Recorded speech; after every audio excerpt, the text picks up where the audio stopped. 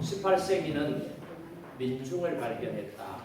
19세기는 여성을 발견했다. 그리고 20세기는 어린이를 발견했다라고 한 어떤 역사학자가 그렇게 말한 것을 우리가 알고 있습니다.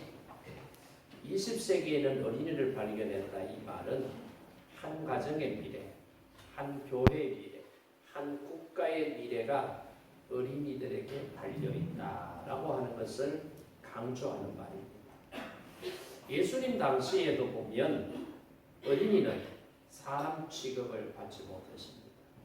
갈릴리 호수 옆에 있는 베세다 언덕에서 예수님께서 말씀을 전하실 때 그곳에 수만 명의 사람들이 모였습니다. 그 수만 명의 사람들 가운데 예수님께서 먹을 것을 주시는데 한 소년의 작은 도시락 속에 있는 보리떡 5개와 물고기 2마리를 가지고 축사하시고 나누어 주라 하심에 남자만 5,000명이 먹고 12방주리가 남았더라 라고 하는 말씀이 기록된 것을 우리가 알지 않습니다. 남자만 5,000명. 그곳에 모인 사람은 여성들도 있었습니다.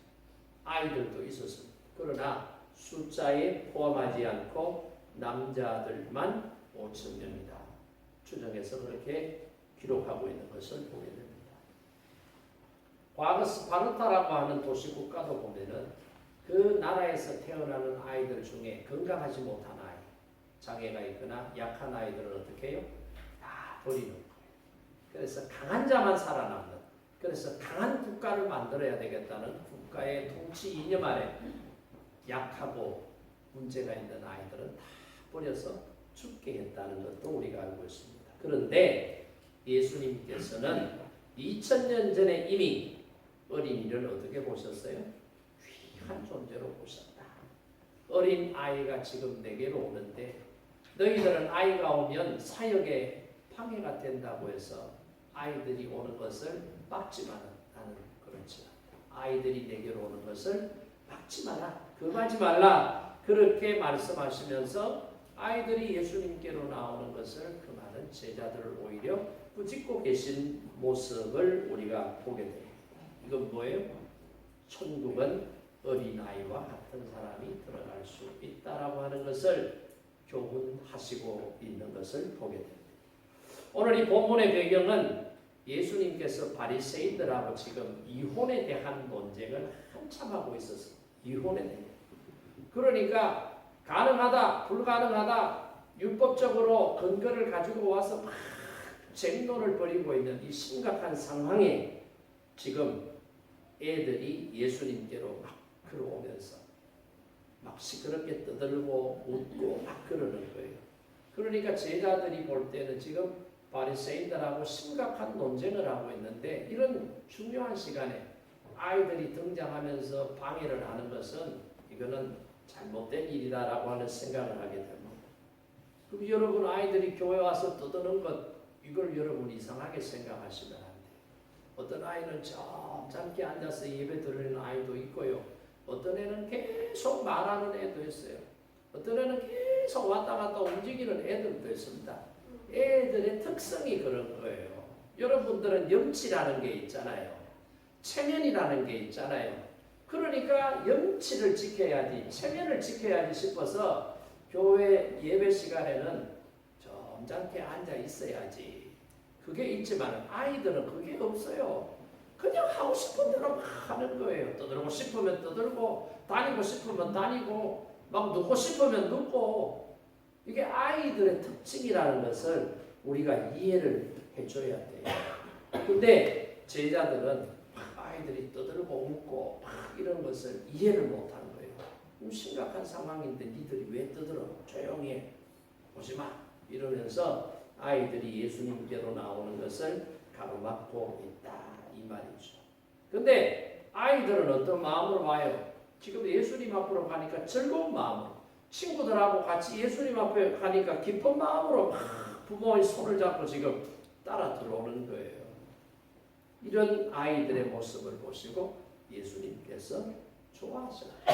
그 아이들을 안으시고 그 아이들에게 뭐 하시는 거예요? 안수하시고 축복 기도해 주셨다. 성경은 어린아이를 굉장히 귀하게 여기고 있습니다.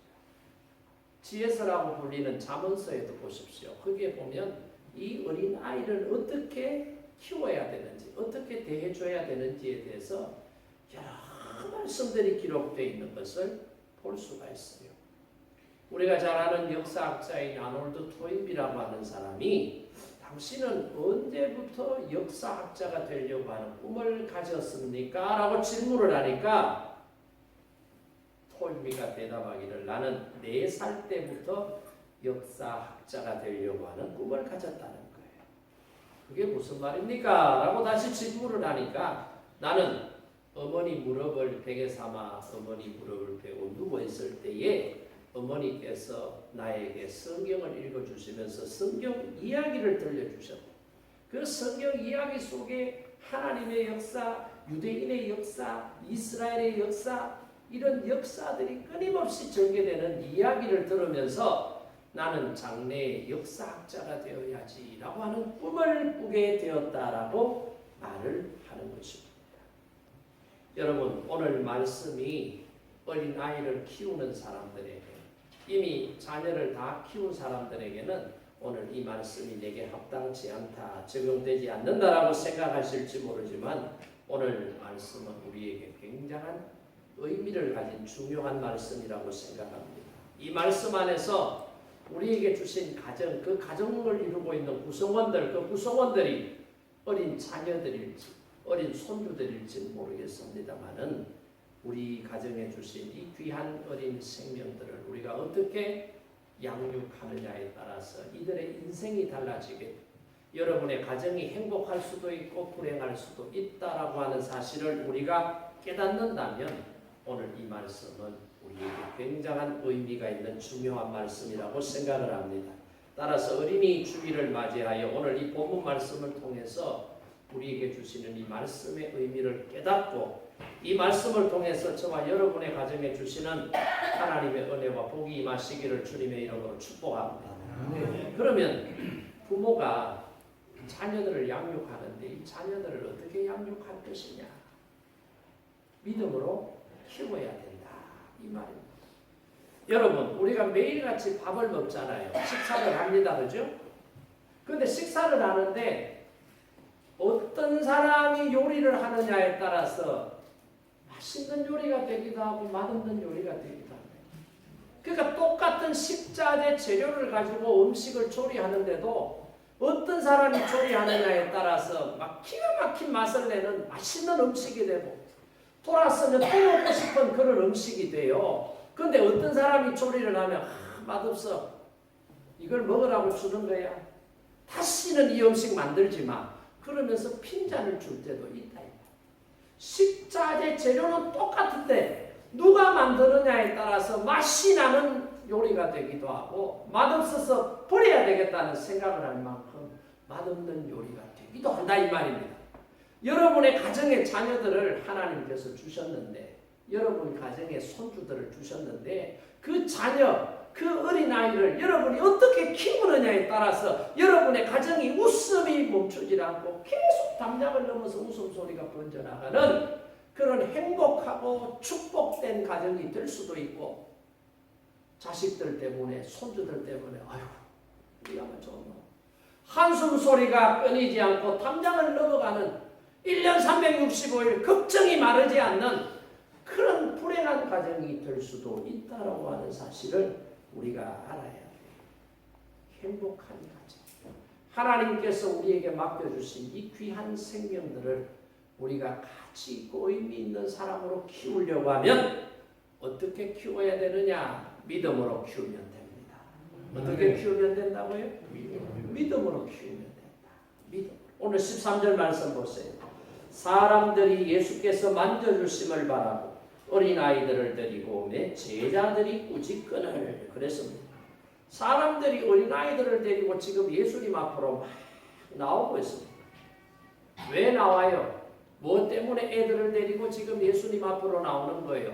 예수님께서 만져주시기 때문에 예수님의 사랑을 받고 예수님께서 기도해 주시고 예수님께서 안수해 주시는 것을 받기 위해서 지금 부모들이 아이들 손을 잡고 얘들아 예수님께 가자. 안수기도 받으러 가자. 축복기도 받으러 가자. 예수님이 어린아이를 사랑하신대. 예수님의 사랑을 받아야지 하면서 지금 예수님 앞으로 데리고 가요. 유대인들의 전통을 보면 존경하는 랍비에게 자기 자녀들을 데리고 가서 안수기도 받게 했다는 거예요. 이게 유대인들의 전통이에요. 훌륭한 랍비, 훌륭한 선생이 있으면 그 선생에게 내 사랑하는 아이를, 내 사랑하는 손주를 데리고 와서 선생님, 저의 아이입니다. 이 아이를 위해서 안수해 주시고 기도해 주세요. 축복해 주세요. 이렇게 말한다는 이게 유대인의 전통이에요. 이 전통은 어디서부터 시작이 됐느냐? 구약성경 민수기 6장에 보면은요. 주의 종이 손을 들어 기도할 때 그대로 이루어 주리라. 그 말씀이 나오는 거예요. 그러니까 어린 아이들을 제사장에게 훌륭한 랍비에게 데리고 가서 기도받는 거예요. 주의 종이 손을 얹고 기도하는 대로 그대로 이루어지리라는 이 말씀을 믿음으로 고백한 거예요. 그래서 자녀들을 주의 종에게 랍비에게 데리고 가서 안수 기도해 주세요. 축복 기도해 주세요. 그러면서 유대인들이 사는 거죠. 그러니까 지금 부모들이 아이들 손을 잡고 예수님께로 지금 인도하고 예수님께로 데리고 가는 이유가 뭐예요? 예수님이 훌륭한 랍비다는 거예요. 하나님의 아들이라는 거예요. 그러니까 어떻게 해요? 자기 자식이 예수님께 사랑을 받고 안수받고 축복기도 받고 만져주시는 은혜를 입기 위해서 지금 어떻게 해요? 사람들이 많이 모여있어도 얘들아 가자. 예수님께 기도받아야 돼. 축복기도 받아야 돼. 안수받아야 돼. 그러면서 데리고 나아가고 있다. 이 말이에요. 여러분 우리나라는 이 자녀 교육에 굉장히 열정이 많은 사람들이에요. 왜 그런가? 많은 사람들이 얘기하는데 나라는 작지요. 인구는 많지요. 북한에 위협이 있지요. 우리를 둘러싸고 있는 중국, 러시아, 일본, 저 멀리 미국까지 이런 나라들이 있으니까 이 틈바구니 속에서 어떻게 해서라도 살아남으려고 하면 어떻게 해야 된다? 똑똑해야 된다. 똑똑해야 된다. 많이 배워야 된다는 거예요. 경쟁력은 하나밖에 없어. 공부 많이 해서 똑똑한 길밖에 없다. 그러니까 부모들이 어떻게 하는 거예요? 길을 쓰고 자식 잘 되라고 공부시키는데 올인하는 거예요. 엄마 아버지는 막 죽기 살기로 일하고 맛있는 거 하나 먹지도 않고 친구들 놀러 가자 그래도 놀러도 한 번 안 따라가고 그건 절약해서 자꾸 애들 학원 보내는 이 학원 보내고 저 학원 보내고 방학 때면 대치동에 방 잡아가지고 학원에 한 달 끊어가지고 보내고 열정이 여러분 대단합니다. 우리 교회 교인들 중에도 그런 분들이 있는지 모르겠어요. 저 수성구의 어느 학원에 보내 그 학원에 가야지 수학을 마스터할 수 있어. 막 이러면서 보내는 사람. 그래서 한국인들 중에 기러기 아빠라는 이야기 많이 들어봤죠. 이미 벌써 한 20여 년 전부터 서울에 있는 교육열이 높은 사람들, 그 주변에 교육열이 많은 사람들이 있으면 어떻게 해요? 아이고 이러다가 우리 아이 뒤처지는 거 아닌가 싶어서 남이 유학 보낸다고 하니까 형편도 안 되는데 유학 보내요. 어린애 혼자 보내려고 하니까 불안하니 엄마도 따라가요. 그러니까 생활비가 이중으로 들어요. 그러니까 아빠는 죽을 힘을 다해서 학비 보내고 생활비 보낸다고 열심히 보내는 그런 기러기 아빠들이 얼마나 많이 있단 말이에요. 그렇죠? 맹모 삼천지교라는 말을 어디서 들었는지는 잘 알아가지고 좋은 곳으로 가야 된다. 형편이 안 돼도 교육열이 높은 대구 같으면 수성구로, 서울 같으면 대치동, 강남으로 막 이러면서 막 가서 길을 쓰고 공부를 시키는 그런 학부모들이 얼마나 많은지. 그런데 정말 자녀를 사랑하고 자녀의 인생이 행복하고 하나님이 주신 꿈을 펼치는 그런 축복된 삶을 살려고 하면 세상 학문으로는 안 돼요. 왜 그런지 아세요? 하나님께서 인간을 창조하셨기 때문에 하나님의 축복의 원리가 있기 때문에 인간의 방법으로는 이게 되는 게 아니에요. 근데 교회 나와서 신앙생활하는 사람들 중에도 이 하나님의 축복의 원리, 성공의 원리는 생각지도 않고 인간적인 방법으로 아이들을 성공시킬 수 있는 길이 무엇인지 여기에만 온통 관심을 가지고 집중하고 투자하는, 그래도 여러분 성공 못해요. 그래도 여러분 행복한 인생이라고 자기 자신을 평가하면서 행복하게 사는 사람이 안 되더라는 것을 우리가 알아야 돼. 그래서 정말 힘써야 할 자녀 교육은 뭐냐? 영성 교육이에요. 인성 교육이에요. 심성 교육이에요. 이게 더 중요한데, 이게 제대로 자리를 잡으면 그 아이는 행복한 인생. 여러분, 세상 사람들이 소위 말하는 어느 대학교, 어느 회사 이런 건 아니더라도 행복하게 살 수 있다 이 말이에요. 자족하면서 만족하면서 기쁘게 살 수 있는 사람이 될 수 있다.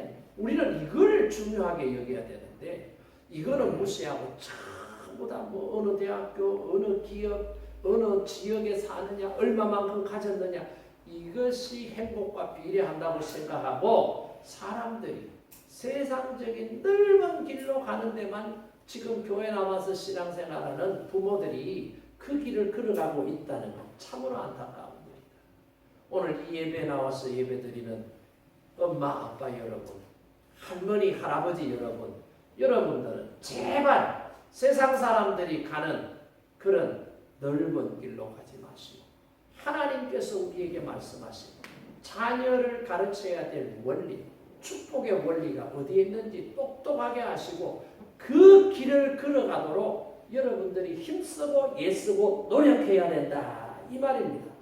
그러니까 예수님께 데려가지 않으면 자녀들이 공부는 잘할지 모르지만 인생의 참 의미를 깨닫지 못한다. 인생이 뭔지를 모른다. 정말로 예수님을 만나서 그 영혼이 구원받는 것이 진짜 인생이 누리는 가장 큰 행복인데, 이 가장 큰 행복을 놓쳐버리고 살아간다. 자녀들이 물질적으로 아무리 풍요로워도 자녀들이 구원받지 못한다면 자녀를 위한 그 모든 부모의 희생과 부모의 수고와 노력이 물거품이 되고 만다라는 사실을 예수님을 믿는 부모와 할머니, 할아버지들은 깨닫기를 바랍니다. 이 교회 나와도 예수님 안 믿는 사람은 이 이야기를 들어도, 이 설교를 들어도 그럴지 모르지만 정말로 예수님을 여러분이 믿는다면 이거 아니에요. 이게 진짜 축복 아니에요. 부모가 자녀에게 복음을 전하지 못하고 자녀들이 지옥으로 갈 수밖에 없도록 했다면 그것은 자녀를 사랑한 게 아니에요. 사랑한 척한 거지 자녀를 사랑한 게 아니다라고 하는 사실을 우리가 똑똑하게 깨달아야 돼요. 그렇기 때문에 부모는 뭐 해야 돼요? 자녀의 신앙교육, 이 영적인 삶을 살아갈 수 있도록 부모가 최선을 다해서 노력해요. 학원이나 과외 선생보다 교회 와서 성경을 가르치는 교회 학교 선생님 앞에 데리고 가서 우리 아이가 인격적으로 예수님을 만날 수 있도록 선생님 우리 아이에게 신앙 지도 잘 해주십시오. 선생님 고맙습니다라고 인사할 수 있어야 되고 부탁할 수 있어야 된다. 이 말이에요. 하나님의 복을 받아야 여러분 잘 살 수 있다고 가르치십시오. 하나님을 믿어야 하나님께서 믿는 자에게 은혜와 복을 주신다는 것을 가르칠 수 있기를 바랍니다. 그렇게 하는 것이 자식들을 위하는 길이요, 자식들이 잘되게 하는 일이라는 사실을 우리가 알아야 해요. 그래서 유대인들이 어린 자녀들을 데리고 어떻게 해요?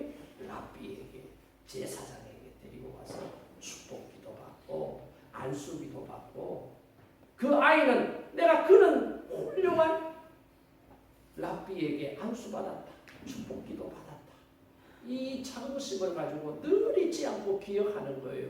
그러면서 그 랍비가 기도해 줄 때 뭐라고 기도했지?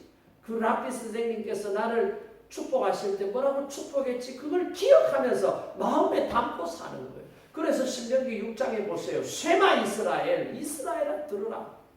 그러면서 밤낮으로 들어오나 나가나 뭐 하라는 거예요? 하나님의 말씀을 묵상하고 심지어 몸에 하나님의 말씀을 지니고 다니면서 하나님의 말씀을 경건하게 지키며 하나님의 말씀과 함께하는 삶을 살아라. 이 사람이 복된 사람이다. 이 사람이 성공하는 사람이다. 이 사람이 행복한 사람이다. 라고 가르치고 있다.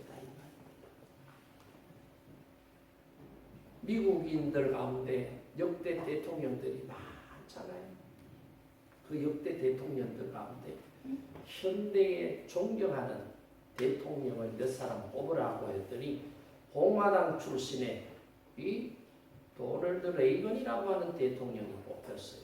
이분은 전적이 뭡니까? 영화 배우예요. 잘생겼어요. 그 부인도 영화 배우예요. 참 아름다워. 이 부부가 정치를 하면서 이제 캘리포니아 주지사로 있을 때 학교에서 공부하는 아들이 집에 가끔 오면은 어린 레이건이 어디 갔느냐? 미식 축구 경기장에 간 거예요. 그 아메리칸 풋볼이라고 막 옷 이상한 거 입고 막 공 이상한 거 하나 잡고 막 죽으라고 안 뺏기려고 막 도망다니고 또 막 한 사람은 죽으라고 뺏으려고 막 태클 걸고 넘어뜨리고 막 몸싸움이 격렬한 미식축구 경기를 보러 가는 거예요. 그러면서 쭉 경기를 관람하고 이렇게 이제 다녀왔는데 한 번은 조금 일찍 갔나 봐요. 일찍 가서 이 주지사쯤 되니까 이 선수들이 경기를 준비하는 라커룸이라고 하는데 옷도 갈아입고 쉬기도 하고 샤워도 하고 하는 데가 있거든요. 그 라커룸에 들어갈 수가 있었다. 그 라커룸에 들어갔더니 경기가 시작되기 전인데 이 미식축구 선수들 그 덩치 큰 선수들이 옷을 딱 입고는 뭐 하느냐? 거기서 기도하더라. 하나님, 오늘 중요한 경기가 있는데 이 경기에서 우리 팀원들이 한 팀이 되게 해주세요. 하나가 되게 해주세요. 승리할 수 있도록 도와주세요. 그러면서 기도를 하더라는 거예요. 그래서 레이건 아들이 그 장면을 보고 와서 그 다음부터 가끔씩 집에 오면은 항상 집에 와서 전에는 그런 행동을 안 보였는데 이상한 행동을 보이는 게 뭐냐? 기도하더라는 거예요. 기도하더라. 미식축구 선수들이 경기 전에 준비하는 라커룸에 들어가서 그 사람들이 경기 전에 기도하는 모습을 딱 한 번 봤는데 이 아이가 아마 큰 충격을 받은 것 같아요. 그러니까 자기 생활 패턴이 바뀌었다. 그 장면을 경험하고 난 다음부터는 매일같이 기도한다. 기도하는 아이로 변화가 되었다. 그러니까 여러분, 우리 자녀들도요. 정말 신앙으로 바로 키워야 돼요. 바로 키우려고 하면 믿음의 본을 여러분들이 보여야 돼요. 아이들한테 야 기도해야 된다. 그러면서 맨날 엄마는 뭐래요? 드라마 틀어놓고 보고 하면은 야 기도해야 된다. 기도해래? 기도하면 하나님이 응답해 주셔. 그러고 하면은 기도 안 하고 뭐 봐요? 맨날 뭐 노래하는 거 그거 요새 트로트 열풍이 불어가 그거 틀어놓고 넋을 놓고 잘못하면 턱 빠진다. 그러면서 안 돼. 부모가 본을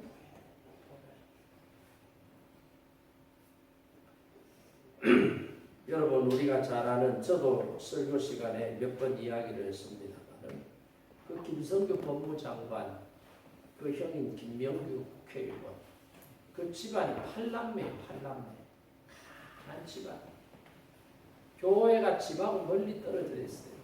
그 교회 가려고 하면 힘들어요. 어느 날 겨울인데 비가 막 겨울비 그러니까 이 집에서는 아이들이 어리니까 아이들하고 같이 예배당에 가서 새벽 기도회를 못해요. 그래서 새벽 기도회 일부는 집에서 잠자는 팔남매를 부부가 깨워요. 얘들아 일어나라 해가지고 그 새벽에 깨워가지고 뭐합니까? 일부 새벽 기도회를 그 아빠가 인도를 하는 거예요. 그리고 애들하고 기도회 끝나면 엄마 아빠는 교회로 또 새벽 기도하러 가는 거예요. 한날은 일부 새벽기도 마치고 새벽기도하러 엄마 아빠가 교회로 가셨는데 한참 있다가 다시 집으로 돌아와서 이때 집에 올 시간이 아닌데 벌써 왜 이래 엄마 아빠가 일찍 오셨지 보니까 길 가다가 빙판에 미끄러져가 비는 오는데 그 구덩이에다 넘어져가지고요 온 옷이 흙탕물에 젖은 옷이 그러니까 젖은 옷으로 새벽기도 못 가니까 시간이 좀 늦더라도 옷 갈아입고 가야지 싶어서 다시 집으로 와서 옷을 갈아입는 장면을 이 팔남매가 다 본 거예요. 그러면서 야 우리 엄마 아버지는 새벽기도 한 번 빠지는 것도 중요한 문제로 여기십니다. 오늘 같은 날이면 새벽기도 한 번 빠지셔도 되는데 아니 일부는 매일 우리 집에서 하니까 새벽기도 빠진 것도 아니고 안 한 것도 아니고 단지 교회 가서 안 한 것인데 그 그런데도 가다가 다시 돌아와서 옷 갈아입고 가려고 저러는 모습 보니까 우리 엄마 아버지 신앙은 참 독실하다. 우리가 다른 건 몰라도 우리 아버지 엄마의 저 신앙은 본받아야지. 그 믿음으로 이 팔남매가 자랐다는 거 아니에요. 그래서 팔남매 가운데요 한 사람도 예수 안 믿는 사람이 없어요. 여러분 뭐 장관이 됐다, 국회의원이 됐다, CEO가 됐다, 학교 교장이 됐다. 이것도 중요한 사실이지만 이보다 더 중요한 것은 팔남매 가운데 한 사람도 복음의 진리에서 멀어지지 않고 다 예수님을 잘 믿는 신실한 믿음의 사람. 딸들은 목사한테 시집가고 믿는 사람한테 시집가서 장로, 부인, 권사가 되고 사모가 되고 한 사람도 예수님하고 멀어지지 않고 예수님과 가까운 그런 신앙인의 삶을 살더라는 것을 이 우리가 간증을 통해서도 책을 통해서도 설교를 통해서도 이미 들어 알고 있지 않습니까? 여러분, 여러분의 자녀가 행복한 자녀, 성공하는 자녀가 되려고 하면 여러분 다른 것보다도 우선적으로 해야 될 게 뭐냐? 자녀들에게 신앙교육 잘 가르치십시오. 이 가르친다는 것도 여러분 지식을 전달하고 이런 것도 중요하지만 더 좋은 가르침은 뭐예요? 삶을 통해서 보여주는 거예요. 예수님께서도 보세요. 3년의 공생의 사역을 하시면서 제자들과 함께 지내시는 거예요. 밥 먹고 같이 복음 전하러 다니시고 같이 잠자고 이러면서 3년 동안 예수님께서 제자들과 지내면서 작은 것 하나도 놓치지 않고 그때마다 제자들에게 가르침을 주시고 깨우침을 주시고 깨닫게 하시는 그런 모습을 보잖아요. 여러분 집에서 아무리 아이들한테 잘 가르쳐 보십시오. 야 빨간불일 때는 절대로 건너면 안 된다. 노란불이 왔다 갔다 할 때는 절대로 건너면 안 된다. 위험해. 그때 건너면 사고나. 알았지? 횡단보도로 반드시 길을 건너야 되고 길을 건널 때는 신호등에 초록불이 들어왔을 때만 건너야 돼 라고 딱 가르쳤어요. 그게 교과서적인 가르침이에요. 근데 어느 날 엄마하고 아이가 손을 잡고 마트에 물건을 사러 가는데 아이고 가다 보니까 지금 초록불이 깜빡깜빡 끝날 때가 다 됐어요. 요즘 시간이 나오잖아요. 그죠? 다 됐어요. 근데 저거 지나면 또 3분을 기다리는 게 지루해서 엄마가 어떻게 야 빨리 따라와 그러면서 애 손을 질질 끌다시피 끌면서 횡단보도를 확 건넜네. 가다가 보니까 빨간불로 바뀌어버려요. 그러면 엄마가 집에서 아이를 앞에 앉혀놓고 가르쳤던 거하고 지금 현장 실습 장소에서 지금 엄마가 아이와 행동하는 거하고 같아요? 달라요? 다르죠. 그러면 아이가 뭘 생각하겠어요? 우리 엄마는 집에서 가르치는 게 따로 있고 바깥에서 실습할 때 현장에서 따로 있고 우리 엄마 말 다 들으면 안 되겠다. 엄마도 그래서 하는데 여기서 기다리면 지루하고 3분이라는 시간을 까먹는데 나도 불이 깜빡깜빡해도 건너가야지 라고 하는 것을 아이가 은연중에 습득을 하는 거예요. 거짓말하지 말해. 거짓말하면 안 된대. 거짓말하면 나쁜 사람이 돼. 거짓말하면 경찰관이 붙잡아간대. 가르쳐요. 그래 놓고 어떻게 해요? 자기는 거짓말하는 거예요. 그것도 아이가 안 보는 데서 거짓말하면 들통이라도 안 나지. 아이가 보는 데서 거짓말하는 그러면 아이가 뭐라 그래요? 그때부터는 거짓말하는 사람의 말은 안 믿는다. 거짓말하는 것을 알아버려요. 그러니까 가장 좋은 가르침은 뭐예요? 말로 가르치는 것도 중요하지만 삶으로 가르치는 게 더 중요한 것이다. 그래서 예수님께서는 어떻게 해요? 어린 아이들이 오는 것을 막지 말아요. 예수님께서 어린 아이들을 사랑해야 돼. 어린 아이는 우리의 미래야. 어린 아이들은 소중한 존재야. 라고 말씀하시고. 지금 바리새인들하고 이혼에 대한 논쟁 심각하게 지금 이야기하는데 아이들이 와서 웃고 떠들고 방해를 하면 야 조용히 해! 집에 가! 이러시는 게 아니라 그 심각한 논쟁이 벌어지고 있는 현장에서도 예수님께서는 어떻게 하셨다고요? 아이들이 오는 것을 기쁘게 영접해 주시더라. 반겨주시면서 안수하시고 축복하시고 기도해 주시더라. 그러니까 예수님의 가르침을 저와 여러분 그래서 여러분 가정에 주신 귀한 손주들, 귀한 자녀들을 정말 성공적인 사람으로 행복한 사람으로 여러분들이 키우고 싶으면 제일 먼저 뭐 해야 되느냐? 신앙으로 아이를 키워야 된다라고 하는 것을 우리가 알아야 돼요. 여러분 사무엘상 2장 말씀에 보면은 이 자녀를 키우는 두 부모의 이야기가 나옵니다. 한 사람은 엘리 제사장이고 한 사람은 한나예요. 엘리 제사장은 마지막 인생의 결말 부분에 보세요. 얼마나 비참하게 끝이 나는지. 엘리 제사장은 아들 둘이 블레셋과의 전투에서 죽었다는 소식을 듣고 놀라서 의자에서 떨어져서 목이 꺾여서 죽어버려요. 그 시간에 산 아이를 출산하던 며느리는 그 이야기를 듣고 놀라서 아기를 낳기는 낳는데 산통 때문에 결과적으로 죽게 돼요. 그러면서 어떻게 해요? 이가봇이라는 이름을 아들에게 지어줍니다. 하나님의 영광이 떠났다. 그러면서 자기는 죽고, 그래서 그 가문이 끝이 나버린다. 반대로 한나는 어떻게 해요? 아이를 갖지 못하는 안타까운 여인이었어요. 근데 하나님 앞에 기도하잖아요. 하나님 제게도 아이를 가질 수 있도록 제게도 생명을 주세요. 기도하자. 기도하고 아이를 얻었어요. 얻은 아이를 하나님 앞에 뭐라고 그래요? 기도할 때 서원했던 대로 저절때 후에 엘리 제사장에게 맡기고 이 아이를 하나님께 드리는 거예요. 그랬더니 그 아이가 엘리 제사장 집에서 성장하면서 어떻게 어린 나이임에도 불구하고 하나님이 사무엘아 사무엘아 부르시는 음성을 듣게 되고, 이 사무엘이 성장을 해서 이스라엘을 이끌어가는 위대한 선지자 제사장으로 쓰임받게 되었다는 이야기를 우리가 알고 있잖아요. 그러니까 한 사람은 보세요. 엘리 제사장은 제사장의 직분을 가지고 있어요. 경제적으로도 넉넉해요. 사회적으로도 그 지위가 높은 사람이에요.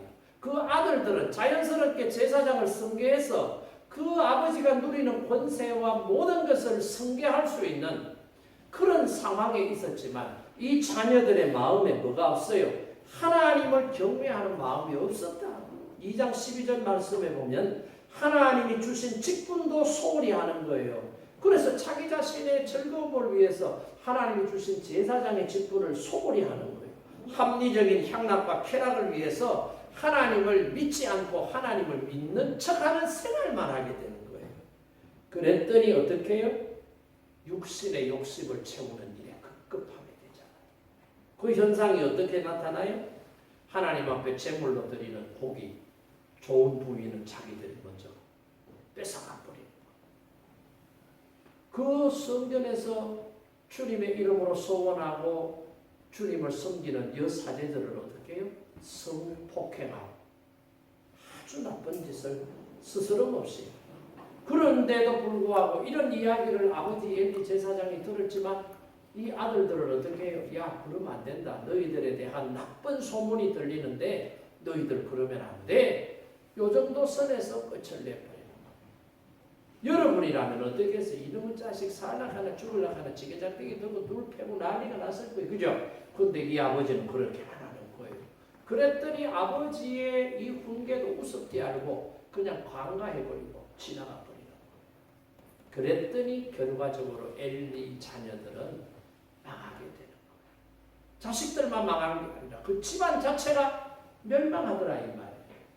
반대로 한나는 하나님을 신뢰하고 경외하는 믿음의 사람. 화장실 들어갈 때하고 나올 때 다른다는 말이 있지만은 이 여인은 어떻게 해요? 하나님 앞에 자녀를 구하면서 서원했던 기도를 그대로 지키면서 그 아들에게 어떻게 해요? 기도하는 한나의 모습. 하나님의 말씀을 신실하게 따르고 순종하는 모습을 보여주고 가르쳤더니 그 아이가 어떻게 해요? 어리지만 신심이 영성이 뛰어난 사람으로 성장하고 결국은 어떻게 해요? 이스라엘을 거듭나게 하고 회복시키고 가문을 빛내는 축복의 삶을 사는 사람이 되게 하시더라 이 말이에요. 이것만 보더라도 여러분, 우리의 축복은 누구 손에 달려있다고요? 자식이 잘 되고 안 되는 것도 누구 손에 달려있다고요? 부모가 다 하는 것 같아도 아니에요. 신실한 믿음을 가진 부모가 자의적으로 모든 것을 판단하고 결정할 수 없는 어린 아이들을 신앙으로 바르게 잘 심어놓으면, 사무엘과 같이 어릴 때부터 믿음의 판이 바르게 형성이 잘 되어 있으면 그 아이는 자라서 하나님의 영광을 드러내 부모의 이름을 빛내 가문을 든든하게 세워나가는 축복의 삶을 살아가더라라고 하는 것을 우리가 꼭 기억해야 됩니다. 여러분, 아무리 환경이 좋고 여건이 좋아도 바르게 키우지 못하면 하나님의 진노를 받아서 멸망할 수밖에 없지만 사무엘과 같이 신앙과 믿음으로 키우고 믿음으로 양육시키면 하나님이 쓰시는 훌륭한 사람이 된다라고 하는 것을 믿으시기 바랍니다. 그래서 여러분은 한나와 같은 믿음의 성도가 되어서 하나님의 말씀을 자녀들에게 전하고 그 말씀대로 살지 않을 때는 따끔하게 훈계하면서 하나님의 사람으로 성장해서 부모를 기쁘게 영화롭게 하는 그런 축복된 가정, 은혜와 사랑이 넘치는 행복한 가정들이 되시기를 주님의 이름으로 축복합니다. 우리 오늘 주신 말씀을 붙잡고 함께